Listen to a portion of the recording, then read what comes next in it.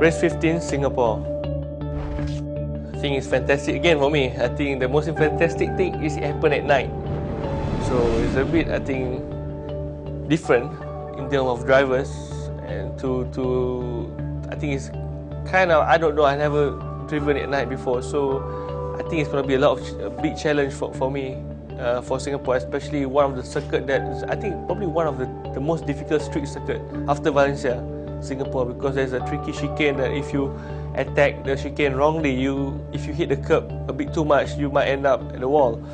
So I think for Singapore, I think with Lotus, especially the Malaysian team, and I think it will, hopefully there's more people coming from Malaysia to Singapore, because there's no excuse. Of course, at night it's much cooler.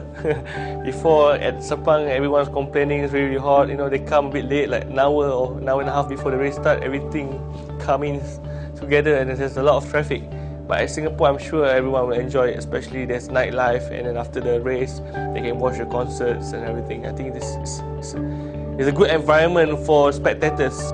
I mean, Singapore always been a very nice city. I mean, it's very crowded sometimes, it's very expensive also. But I think the people is very, very nice, very well educated. You know, I mean, they are very polite as well. You know, it's all, I think most of it is an Asian way. I mean, the culture is always like that. You know, but depend which side you go.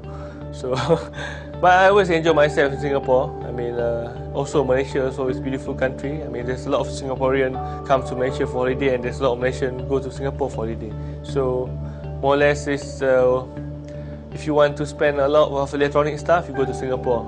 You know, if they need nice beaches, they come to Malaysia. So I think it's a two country, and it shows to the world that Malaysia and Singapore host Formula 1. Hopefully there's more Formula 1 coming to the Asian region.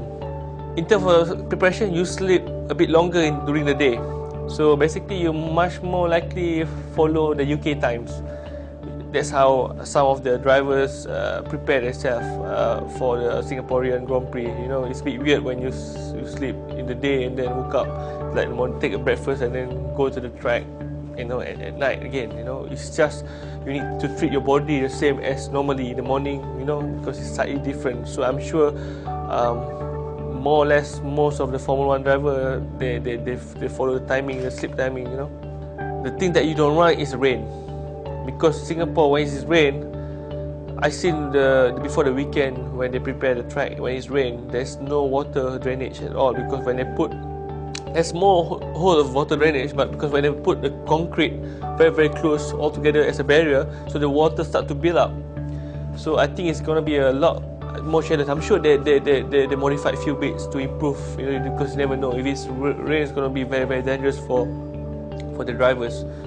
I'm sure the FIA, you know, raised that safety issue, so hopefully there's no issues like that, and hopefully we have a dry run in Singapore.